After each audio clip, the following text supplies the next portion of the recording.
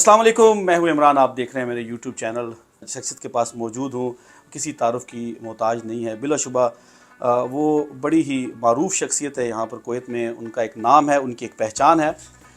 परदेस में जो भी शख्स आता है वो बहुत से ख्वाब लेके आता है, और जब वो परदेस में आता है तो उसकी बहुत सी ख्वाहिशें होती हैं जो वो अपने दिल में लेके आता है। बहुत से ख्वाब होते हैं। वो ये चाहता है कि आते ही उसको एक अच्छी जॉब मिल जाए, यहाँ कोई बिज़नेस वो स्टार्ट कर ले। पाकिस्तान में वो अपना सब कुछ बेचकर परदेस आता है। यहाँ पर आकर बहुत से ऐसे लोग हैं जिनको कामयाबी मिलती है, बहुत से ऐसे हैं जिनको कामयाबी नहीं मिलती। कुछ जो होते हैं यहाँ पर 20-25 साल गुजार कर वापस चले जाते हैं और कुछ भी उनके हाथ नहीं होता। लेकिन कुछ ऐसे भी हैं खुश नसीब जिन पर ख़ास करम होता है रब का। जब वो कुवैत में आते हैं या किसी भी कंट्री में जाते हैं तो उनकी उनकी जो ख्वाहिशें होती हैं, जो ख्वाब होते हैं, वो पूरे होते हैं। क्योंकि उसकी वजह क्या है? क्योंकि उनकी अनथक मेहनत होती है, माँ बाप की दुआएं होती हैं, रब का ख़ास करम होता है। ऐसी एक शख्सियत जो मेरे साथ इस वक्त जिनका मैं इंटरव्यू करने जा रहा हूँ, मेरे लिए खुशनसीबी इसलिए कि वो माशाल्लाह बहुत ही मारूफ शख्सियत हैं और महफ़िल की रौनक होते हैं जब भी किसी महफ़िल में होते हैं। माशाल्लाह इस वक्त जो मेरे साथ शख्सियत मौजूद हैं, किसी तारुफ़ की मोहताज नहीं, चौधरी गुज़फ़र पलौड़ी साहब। Welcome to my channel. आपको बहुत शुक्रिया सर, आपने अपने कीमती वक्त में मुझे टाइम दिया। आपके नाम के साथ पलौड़ी लगाएं, ये मुझे समझ नहीं आई कि पलौड़ी क्यों लगाया। चौधरी गुज़फ़र अली ख़ान या चौधरी ऐसा कुछ होना चाहिए। ये पलौड़ी कोई कास्ट है या कोई एरिया है? जी, सबसे पहले तो इमरान भाई मैं आपका शुक्रगुज़ार हूँ कि आप यहाँ पे तशरीफ़ लाए। पलौड़ी जो है असल में मेरा गांव है। अच्छा, और गांव ही आपकी पहचान होती है, जहाँ पे आप बड़े होते हैं, जहाँ से आपकी यादें होती हैं, बचपन की यादें होती हैं। तो मेरा एक लगाव भी है अपने गांव के साथ। तो मैंने शुरू से ही जो है वो अपने नाम के साथ जो है पलौड़ी नाम जो है वो यूज़ किया। तो ये है मेन वजह ये है कि मेरा गांव पलौड़ी है। सही। कुवैत में आपका सफ़र कब शुरू हुआ और कुवैत ही क्यों चूज़ किया? इतनी दुनिया 200 से ऊपर ममालिक हैं, सिर्फ कुवैत ही क्यों? कुवैत में असल में मेरे बड़े भाई यहाँ पे थे। अच्छा। वो तकरीबन नियरली 37 ईयर्स यहाँ पे रहे हैं। 83 में वो यहाँ पे आए, तो वो कुवैत ऑयल कंपनी में थे। तो माशाल्लाह एक अच्छी उनकी जॉब थी। तो सबसे पहले वो आए, उसके बाद मेरे जो उनसे छोटे भाई मुझसे बड़े सेकंड नंबर पे, वो भी यहाँ पे थे। तो मतलब फैमिली एक बैकग्राउंड यहाँ से था, तो इसलिए यहाँ पे मैं भी यहाँ कुवैती मैंने चूज़ किया। ये मेन बेसिक रीज़न तो ये रीज़न ठीक हो गया। जो साहब अक्सर जो जिसने भी पाकिस्तान से ओवरसीज़ जाना होता है, अगर जिस कंट्री में उसका अपना रिलेटिव नहीं है तो क्या मुश्किलात आती हैं? मेरे ख्याल में तो बहुत ज़्यादा मुश्किलात होती हैं जी। मैं यहाँ पे खराज तहसीन पेश करना चाहूँगा अपने बड़े भाई को कि वो यहाँ पे थे, कुवैत ऑयल कंपनी में थे, और उससे पहले उन्होंने पाकिस्तान में यहाँ पे आने से पहले उन्होंने अपनी ज़िंदगी में बहुत स्ट्रगल की। तो मेरे ख्याल में जो उन्होंने स्ट्रगल फेस की वो हमें उसका बेनिफिट मिला। वो यहाँ पे आए आके उन्होंने, मुझे तो ऐसे ही फील हुआ कि मैं अपने घर से उठ के दूसरे घर में आ रहा हूँ। तो मेरे ख्याल में स्ट्रगल तो जो जिसका आगे कोई अपने फैमिली बैकग्राउंड वाला नहीं है या अपने कोई दोस्त अहबाब ख़ास नहीं है, तो वो प्रॉब्लम्स तो आती हैं जो हमने फेस नहीं की हैं। हम तो घर से उठ के घर में आते हैं। राइट। तो सब आप इधर आए, आपके भाई यहाँ पर मौजूद थे, आपके और भी रिलेटिव थे। स्ट्रगल हर किसी की लाइफ में स्ट्रगल ज़रूर होती है। आपकी लाइफ यहाँ पर कुवैत आने के बाद? देखिए, स्ट्रगल तो बिल्कुल है। मुझे ये है कि मुझे एक बैकग्राउंड मिला कि मेरे भाई इधर थे, लेकिन ये है कि आपने काम तो खुद ही करना है। राइट, आपने अपनी लाइफ की डायरेक्शन तो खुद ही चूज़ करनी है। सही। आपको एक प्लेटफॉर्म मुहैया किया जाता है, तो उस पे आगे जो है उस पे आपने कहाँ पे लेके जाना है, तरक्की पे जाना है, या आपने उसको मतलब एक लिमिटेशन के अंदर रहना है। तो प्रॉब्लम्स तो मैंने भी देखी, फैमिली से दूर। भाई बेशक इधर थे, लेकिन मैं बहुत अर्ली एज में आ गया। Nearly I was 18-19 years. तो मैंने मेहनत की। मैंने ये मौका उन्हें नहीं दिया कि कोई बंदा उनके ऊपर ये पॉइंट आउट करे या फिंगर आउट करे कि ये आपका भाई है और आप ये उस चीज़ का एडवांटेज लें। सिर्फ मैं ही नहीं आया उनके थ्रू, मेरे बाकी कज़न्स, मेरे मामूजाद जो कि पॉलिटिक्स में भी हैं, चौधरी फ़हीम सरवर। अच्छा, माशाल्लाह। वो हमारे उधर ही ककराली एक यूनियन काउंसिल है, वहाँ के चेयरमैन भी हैं। ठीक है। तो वो भी यहाँ पे आए, वो भी मेरे बड़े भाई के थ्रू ही आए थे। और फिर आगे उन्होंने जो है वो काफ़ी बंदे वो लेके आए यहाँ, माशाल्लाह, तो काफ़ी सारे उनके दोस्त और उनके जरिया बने वो।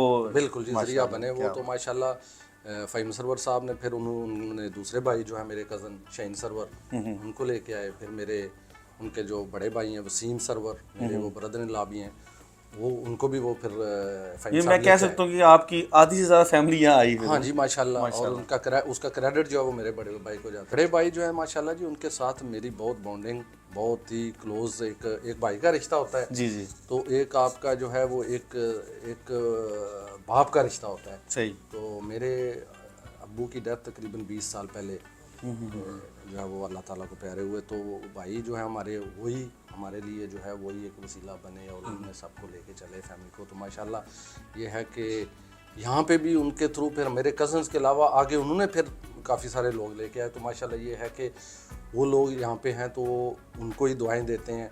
उनकी जो फैमिलीज़ पीछे जो हैं वो फिर माशाल्लाह जो भी उससे फैज़याब होता है तो वो हमारे लिए बायसे आनर है मेरे लिए कि मेरे बड़े भाई के थ्रू। जो सब जब जैसे मैं यहाँ पर आया तो मुझे पहले ये बताया गया जी आप ये हुनर सीखें, ये सीखें, ये डिमांड है ओवरसीज़ में, स्पेशली गल्फ़ में। आप अपने साथ कौन सा हुनर लेके आए थे? देखिए मैंने तो बेसिक एजुकेशन ही लेके आया था। अच्छा, सही जो चीज़ है। और लेकिन यह है कि मैं ये समझता हूँ कि अगर आपको आपके यहाँ पे आगे जहाँ पे आप किसी भी कंट्री पे मूव कर रहे हैं, तो अगर आपकी तो कोई फैमिली बिजनेस है वो तो एक अलग कंसेप्ट हो जाता है। लेकिन आपको प्रॉपर स्किल के साथ आना चाहिए, प्रॉपर आपको एजुकेशन के साथ आना चाहिए, प्रॉपर आपको उसका एक्सपीरियंस होना चाहिए। उसके बगैर मेरे ख्याल में आप किसी भी जगह पे जाएंगे तो वो आप उसमें स्ट्रगल करेंगे। आप उसमें काफ़ी जो है वो हर्डल्स आएंगी, काफ़ी प्रॉब्लम्स आएंगी। तो मेरे ख्याल में वहाँ से जब आप मूव होते हैं तो उससे पहले आपको कोई ना कोई स्किल बहुत ही ज़रूरी है। उसके बगैर आपको पाकिस्तान से मूव नहीं करना। बहुत से मैंने ऐसे पाकिस्तानी यहाँ पर देखे हैं, जब वो उनको कुछ एक सर्टन टाइम यहाँ पर हो जाता है किसी भी गल्फ़ कंट्री में तो वो आगे मूव करते हैं, यूरोप कनाडा जाने की वो ख्वाहिश करते हैं। आपने कभी ऐसा नहीं किया, क्यों? देखिए मेरे ख्याल में जो है वो कुवैत ने मुझे माशाल्लाह इतना कुछ दिया, इतना मैंने यहाँ पे स्ट्रगल तो की स्टार्ट में, लेकिन मैंने जैसे कहा कि मुझे एडवांटेज था तो मुझे अल्लाह ताला ने बहुत इज़्ज़त दी यहाँ पे। मैं उस लेवल का एक हायर एजुकेटेड, मतलब मैंने इतनी हायर एजुकेशन नहीं ली, अर्ली एज में मैं यहाँ पे आ गया। तो इधर के एक्सपीरियंस बेस पे और फिर ये यहाँ का ये जो कल्चर है जो हमारे कल्चर से मैच करता है। आप आगे जो मूव होते हैं तो आपको पता है कि वहाँ पे फैमिलीज़ के और प्रॉब्लम्स होते हैं, बच्चों के फ्यूचर के प्रॉब्लम्स होते हैं, आपके अपने जो एक कल्चर इस्लामिक कल्चर है वो आपको वो वहाँ पे नहीं मिलेगा। तो यहाँ पे एक मैंने कभी सोचा ही नहीं ज़िंदगी में कि मैं कहीं आगे मूव करूँ। मैं आपको सोशल मीडिया पे काफ़ी अर्से से फॉलो कर रहा हूँ। मैंने देखा आप अक्सर महफिल में होते हैं और बड़े रंगीन लिबास में, और वहाँ पर अक्सर जहाँ पर अगर कोई म्यूज़िक वगैरह हो तो दोस्तों के साथ भंगड़ा बुंगड़ा भी हो जाता है। जी बिल्कुल, ठीक है। और ये चीज़ें कैसे? देखिए ये मैं आपको कहानी सुनाता हूँ, ये मेरे बचपन से है। एक वो कहते हैं जरासीम होते हैं। अच्छा। तो मैं आपको एक उसका वो सुनाता हूँ कि मैं बहुत ही छोटा था, बल्कि मुझे ये मेरे अम्मी बताते हैं कि हमारे जी एक गुलकार हुए हैं फोक आलम लोहार साहब जी, आच गोश का उनका आज गोश हमारे नज़दीक ही है। ठीक। तो अम्मी मुझे बताती हैं कि वो उसका गाना लगा हुआ था, तो मेरे ख्याल में कुछ साल 1.5 साल का मेरी एज होगी। तो वो कहते थे कि मुझे नीचे उतारें ताकि मैं डांस करूं। अच्छा। तो अगर उस वक्त कैमरा होता तो आपकी वो कैप्चर कर लेते, हम भी देखते वो क्या था। तो बिल्कुल ये चीज़ है। और यहाँ पे भी ये है कि आपको पता है स्ट्रेस, आप हर आदमी अपने काम में बिजी है, तो हर चीज़ को टाइम देना चाहिए। किसी भी चीज़ का एक्सेस अच्छा नहीं होता, ज़्यादती अच्छी नहीं होती। लेकिन ये है कि मैं एंजॉय करता हूँ अपने दोस्तों के साथ, जब कभी वीकेंड पे या वैसे कभी इस तरह का फंक्शन हो तो बिल्कुल करते हैं। ये मतलब आप इसको एक हॉबी भी समझ लें। जो सब नया साल आने वाला है, नए साल के हवाले से क्या मैसेज देना चाहिए? नए साल के हवाले से मैं यही कहूँगा कि सबसे पहले तो जो साल गुजरा है उसमें अल्लाह ताला उन सब दोस्तों को जो हमसे बिछड़ गए, अल्लाह ताला उनको जवार रहमत में जगह अता फरमाए। जिसमें हमारे ख़ास दोस्त बाबर प्रिंस साहब, नईम जान साहब, हमारे मुस्लिम लीग के दरीना साथी जी एमराई साहब, अतीक अदनान साहब हमारे पीपल्स पार्टी के प्रेसिडेंट, तो अल्लाह ताला उनको जवार रहमत में जगह अता फरमाए।